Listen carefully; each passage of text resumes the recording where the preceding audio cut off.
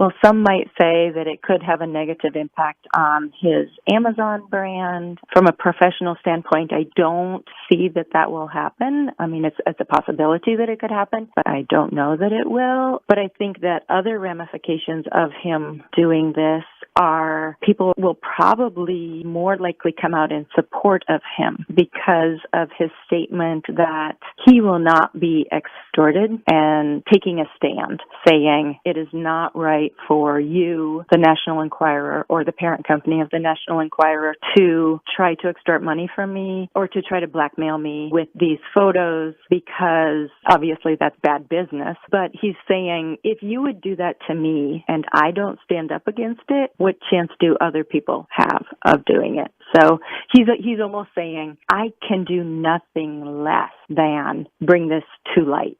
And so you think that's giving other people perhaps a platform that they need to step forward if they feel that they've been wronged? Yeah, I think that's what it would do. I think it would provide them with, this support of, oh yeah, before we were afraid to say that, hey, that same thing happened to me, but him coming out and saying, look what just happened to me. I won't allow this. I'm going to bring it to light. I'm going to publish this exchange of emails that we had. And like you said earlier, he owns the Washington Post, and maybe everyone doesn't know that this is the Washington Post's motto, but there was an advertisement during the Super Bowl, and the motto was shown at the end, that democracy dies in darkness. And I think this is him saying, I'm shining a bright light on this.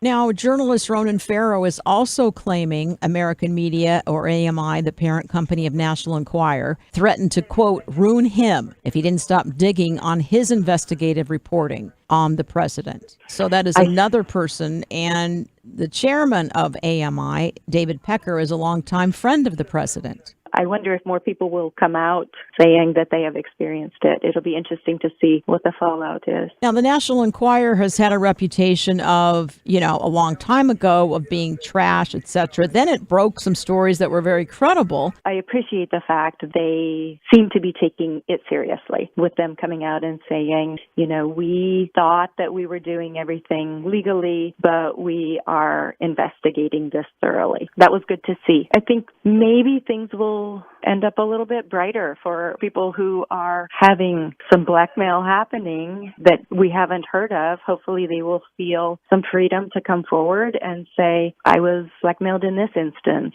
And sometimes it takes someone of higher social status or more public image to come out and say, hey, this happened to me, and bring the stories to light.